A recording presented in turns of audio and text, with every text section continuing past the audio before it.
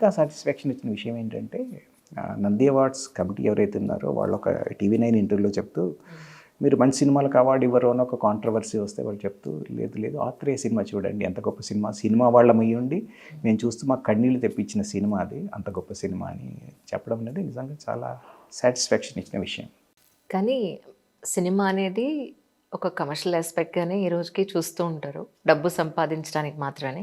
మీరేమో వచ్చిన కాస్త ప్రాఫిట్ కూడా మీరు ఎల్వి ప్రసాద్ ఇన్స్టిట్యూట్ రాసి ఇవ్వడం ఏంటి సార్? అంటే మీకు డబ్బు మీద ఆశ లేదా, లేకపోతే మీరు కమర్షియల్ పాయింట్ ఆఫ్ వ్యూలో సినిమాలు తీయట్లేదా?